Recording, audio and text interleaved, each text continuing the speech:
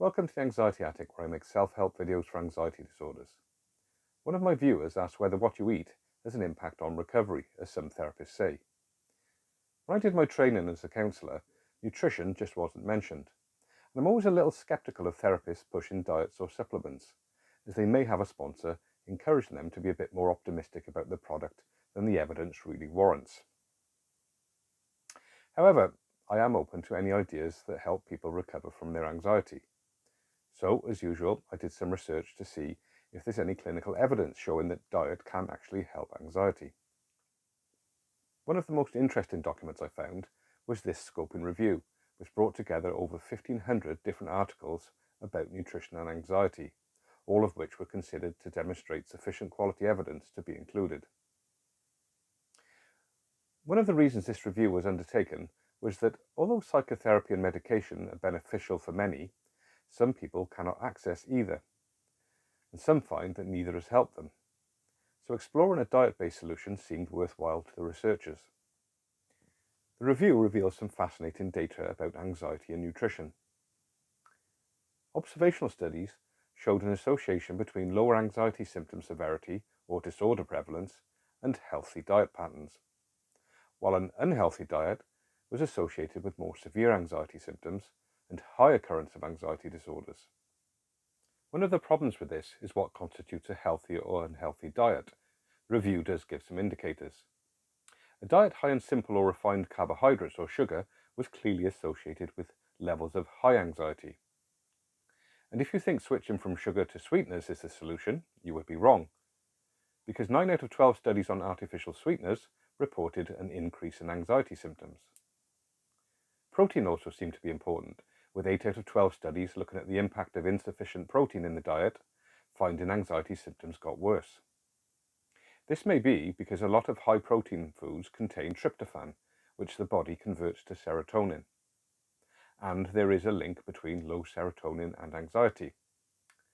Some studies on people with tryptophan depletion also showed high anxiety symptoms, but an equal amount didn't.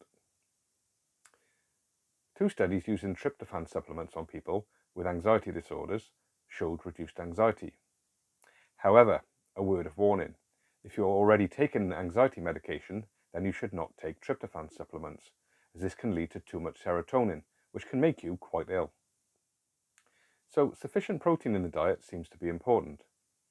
However, if you are getting sufficient protein, it seems taking extra protein has no benefit, which was the finding of 4 studies, 3 of which specifically targeted at people with anxiety disorders.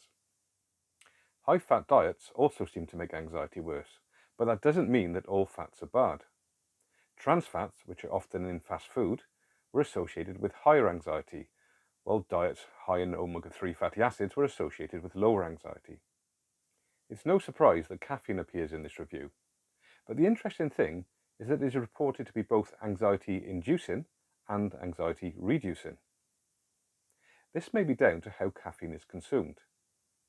If it is in its natural form, like in coffee, and provided it's not excessive, it's possible it has a positive effect, or at least no negative effect. But when it is added, like it is in energy drinks, then it seems to make anxiety worse. Of course, the amount consumed may also play a part. Consistent across the studies reviewed was that fruit and vegetables have an anxiety-reducing effect, although these were mainly animal studies.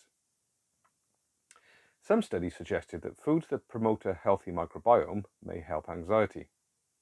I actually have a video dedicated to this subject, which I have linked above. So I won't go into more detail, but fruits, vegetables, fermented foods, and foods high in fibre all promote a healthy microbiome. Foods that have not been processed contain more micronutrients, like vitamins and minerals, and seem to be associated with lower anxiety. Foods that are highly processed and contain additives, like monosodium glutamate, are associated with higher anxiety.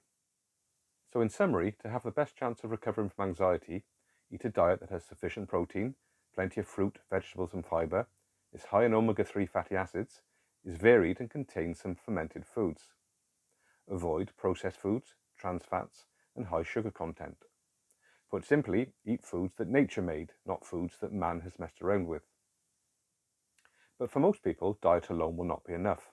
Many anxiety disorders are made worse by the things that you do, your way of thinking, and your beliefs, and you can learn how to change these using the principles of cognitive behavioral therapy.